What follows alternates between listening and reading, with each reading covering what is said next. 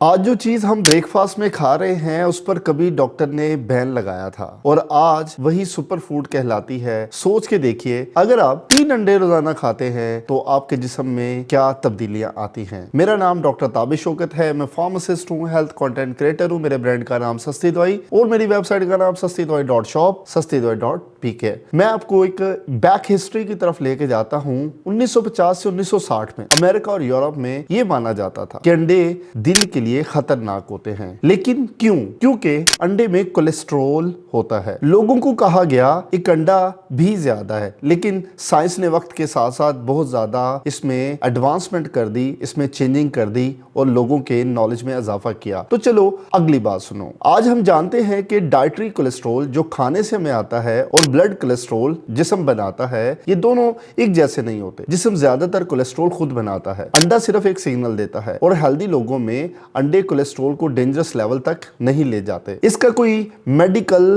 Claim भी नहीं है जिसको कि मैं आपको बता सकता होता। तो चलो ये जानने की कोशिश करते हैं कि अंडे के अंदर क्या होता है। एक अंडे छोटी सी चीज लगती है, लेकिन इसके अंदर जो होता है उसमें high quality protein, vitamin B12 जो कि एनर्जी के लिए इस्तेमाल होता है, विटामिन D3 बोन्स और इम्यूनिटी को सपोर्ट करता है, कोलिन जो कि ब्रेन और मेमोरी के लिए काम करता है, और हेल्दी फैट्स, लॉन्गर स्टाइटी फैट्स कहते हैं। इसलिए अंडे को नेचर का मल्टीविटामिन भी कहा जाता है। और क्या हो अगर आप 3 अंडे रोजाना खाना शुरू कर दें। तो चले पॉसिबल बेनिफिट्स की तरफ बात करते हैं। अगर आप हेल्दी एडल्ट हैं तो ज्यादा देर तक अंडा जो है वो भूख कंट्रोल करता है। अंडे में प्रोटीन इंटेक बेहतर होता है, मसल को रिकवर करने में ये सपोर्ट करता है, ब्रेकफास्ट के बाद एनर्जी स्टेबल रहती है। इसलिए कई लोगों को अंडे खाने के बाद जंक फूड की क्रेविंग कम होती है। और सबसे इंपॉर्टेंट बैलेंस और वार्निंग मैं आपको बताता हूं जो कि गाइडलाइन सेफ्टी के तौर पे आपको याद रखनी है। हर जिस्म एक जैसा रिएक्ट नहीं करता। अगर किसी को डायबिटीज, हार्ट इशू या कोलेस्ट्रॉल का मसला है तो क्वांटिटी और कुकिंग स्टाइल बहुत ज्यादा मैटर करता है। इसलिए अंडे को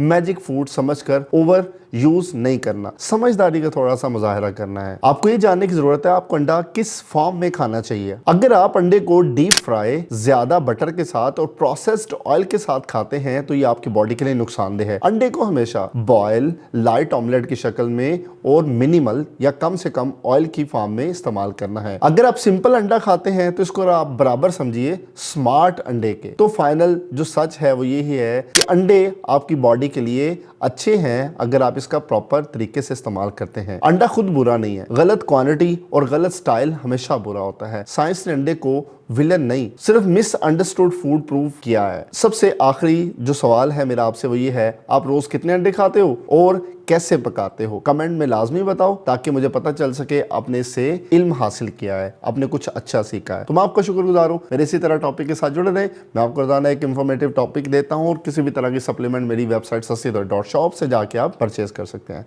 शुक्रिया, अल्लाह हाफिज।